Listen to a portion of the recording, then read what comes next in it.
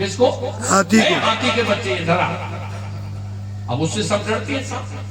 हाथी आया, हाथी ने कहा सरकार हुकुम कि बकरी को पहले तो छाती ऊपर बिठा लो पीठ पर। क्या कहा? बकरी को पहले नीचे बैठो, बकरी तुम्हारे ऊपर चढ़ेगी पहले।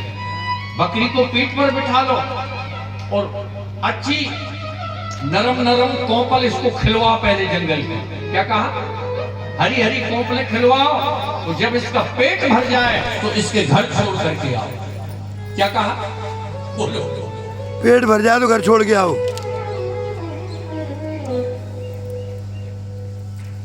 ये बकरी की कथा शरणागति की कथा है। जो भगवान के शरण हो गया है, जैसे सिंह के चरणों के आश्रित बकरी हुई तो हाथी उसको पीठ पर बिठा करके चलता है। ऐसे ही जो भगवान के चरणों के आश्रित हो जाता है, सब जब उसको अपनी खोपड़ी पर बिठा ले। जय हो। बकरी सूत्र जानती है, क्यों? ऐसे ही हम भारतवासी हैं, ये सूत्र है कौन सा? कि कृष्ण के चरणों में आ जाओ। किसके चरणों में आ जाओ? कृष्ण के। श्री कृष्ण शरणम मम, श्री कृष्ण शरणम, श्री कृष्ण शरणम, श्री हरि शरणम। निरंतर हरि की शरणागति का आश्रय बना रहेगा तो स्थिति मीरा जी जैसी हो जाएगी। निरंकुश अति निडर रसिक जस रसना गायो। निरंकुश अति निडर रसिक जस रसना गायो। निरंकुश अति निडर रसिक जस रसना गायो। निरंकुश अति निडर रसिक जस रसना गायो। रस गोपिका प्रेम प्रकट कल जुगनी दिखायो। गोपिका प्रेम प्रकट कल जुगनी दिखायो। ये मीरा जी की भक्ति है। नन्ही सी मीरा अपने पितामह की गोदी में बैठकर के सत्संग श्रवण करती है। इनका सबसे अधिक आनंद इनको चार भुजानाथ के ही चरणों में मिलता है। देखो एक दिन क्या हुआ, सत्संग तो वहां निरंतर चलता था। दूधा जी एक ऐसे ठाकुर हुए, ऐसे राजपूत हुए का उनके यहाँ योद्धा भी बड़े थे, मगर उनके यहाँ निरंतर सत्संग चलता था। कहते हैं मेड़ता में दूधा जी ने चार भुजानाथ के निकट ही एक संत भवन बनवाया था। कौन सा भवन? संत भवन। निवास। कि संत आएंगे यहाँ पर चातुर्मास करेंगे, सत्संग करेंगे। और जब कोई विशेष संत आते जो स्वयं ठाकुर जी की सेवा करते, उनके लिए अंतःपुर में रुकाया जाता। क्यों? अपरस की सेवा होती है। क्यों? ठाकुर जी को भोग लगेगा, बहुत साफ सुथरी व्यवस्थाएं चाहिए। कुछ संतों को वो संत निवास में रखते और जो विशेष वैष्णव साधु होते उनको अंतःपुर में रखते, अर्थात महल में रखते। हमारे लिए भी ये एक पोर्शन अलग इन्होंने बना करके छोड़ दिया। लेकिन भाई रहने की व्यवस्था तो सही सही चाहिए ना। क्यों साहब? अब जो आश्रम जाते हैं उन्हें पता है हम लोग थोड़े ठाट बाट से रहते हैं। तो मैंने कि भाई हमें बिल्कुल थोड़ा स्वतंत्र चाहिए रहने ठहरने के लिए। तो चौधरी साहब इन्होंने स्वतंत्र व्यवस्था दी। ऐसे ही दूधा जी के महल में उन संतों की विशेष व्यवस्थाएं थी जो स्वयं हाथ से ठाकुर जी की सेवा करते। देखो लड्डू गोपाल अधिकांश सभी के घरों में हुए। किस किस के घर में? हाथ ऊंचा करो। देखो खूब भाव से सेवा किया करो। गोपाल जी की सेवा है, ध्यान रखना। गोपाल जी मतलब छोटो सो बाला, समझे आप? अब सर्दी जब पड़ रही है और तुमने टेरिकाट का कपड़ा उड़ा दिया, रात भर ठंड में सिकुड़ गए गोपाल। सिकुड़ गए कि नहीं? बिल्कुल। बोलो क्यों चौधरी साहब? सर्दी पड़ रही है और तुमने आइसक्रीम का भोग लगा दिया। प्राण लोग क्या गोपाल जी? सर्दी में सर्दी के हिसाब का प्रसाद पवाना चाहिए। क्यों जी? वो गर्मी में गर्मी के हिसाब का, बरसात में बरसात के हिसाब का।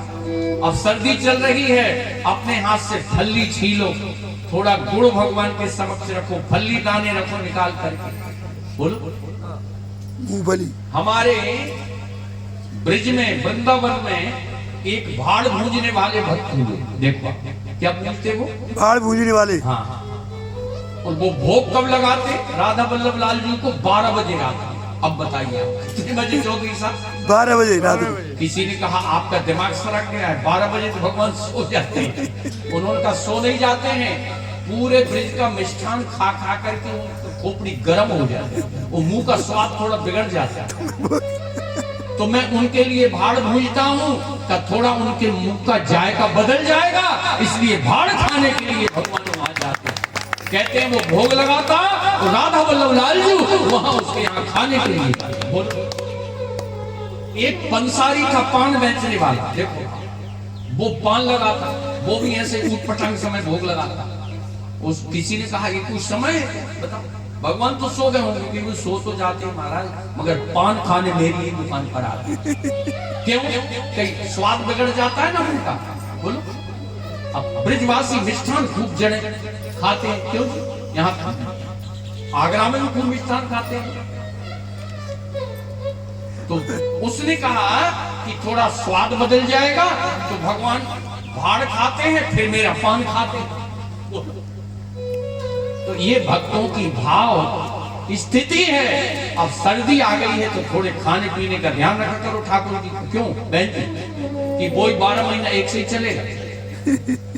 वो माता है बड़ी चतुर, पूछो ही मत, छोटी सी कटोरी है ना, चनौरी, बहुत पुरानी मिश्री जो पथरा से भी ज्यादा कड़ी हो चुकी है, वो किशमिश जिसमें चींटियों ने घर बना लिया कर करके उसको बिल्कुल नष्ट कर दिया, बिल्कुल सूख गई। 4 किशमिश और 5-10 दाने मिश्री के, लो भगवान को भोग लगा दो मार। अब लगा भगवान को भोग, लड्डू गोपाल ने दही ला, कहते ही जीव ले जाए, तू ही जीव ले जा। अब बताइए भगवान के भी ताते ही नहीं आए और तुम अब मिश्री जमा रहे हो, शर्म तो करो कम से कम कुछ। क्यों? बोलो क्यों चौधरी जी? ऐसे ही कर रहे हैं ना आजकल, देखो चौधरी साहब ने किया।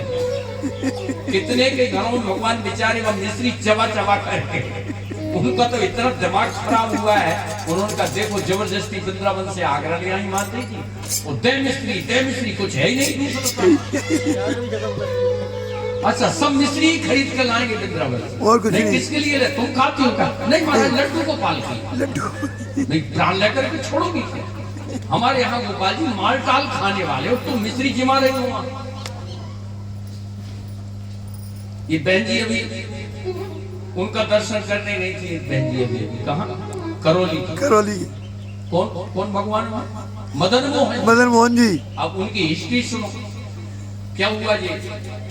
गोस्वामी जी ले आए उनको मथुरा से, बच्चों में महिला ने कहा कि बाबा ये काले कलूटे को ज्यादा मत दे। क्यों?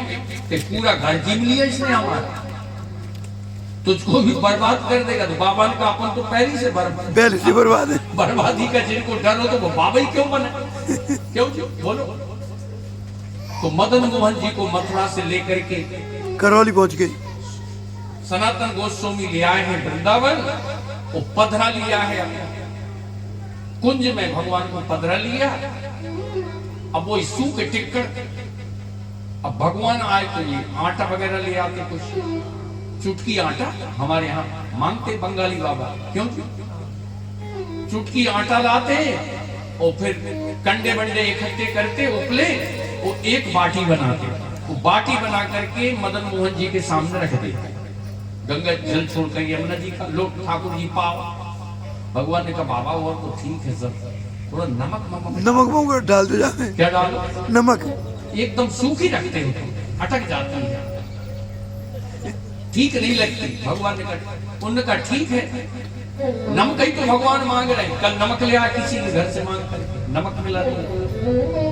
अब भगवान तो चटोरे भगवान, नटखट। उन्होंने कहा बाबा को स्वाद तो बढ़ गया, पानी आनी ठीक लगने लगा जब से तुमने नमक डाला है, थोड़ी चिकनाहट और लगाए करे घी वगैरह। संत बड़े कड़क करके बोले कि महाराज तुम चटोरे हो, यशोदा ने तुमको बिगाड़ दिया है अच्छा माल जमा करके। हम ठहरे बाबा, हमारे यहाँ तो यही मिलेगा खाने, और अच्छा अच्छा माल खाना है तो अब यजमान को चिता लो। कहते हैं इसी आगरा को व्यापार करने के लिए एक कश्मीर से सेठ आया हुआ था। उसका नमक का बड़े जहाज में लद करके यमुना की धार में चल रहा था, फंस गया सूरज टीला पर। भगवान ने फंसा दिया बेचारे को, और उन्होंने ही निकाला। ये बाबा रहते हैं, इनका आशीर्वाद ले लो अभी निकल दे तुम्हारा जहाज। वो दौड़ करके सेठ आया, बाबा आशीर्वाद दो जहाज निकल जाएगा, मैं सेवा करूंगा। बाबा ने कहा भेजा किसने? एक बालक मल्ला है, कहा वो बालक नहीं, उसी से कहो कोई निकालेगा तेरा जहाज।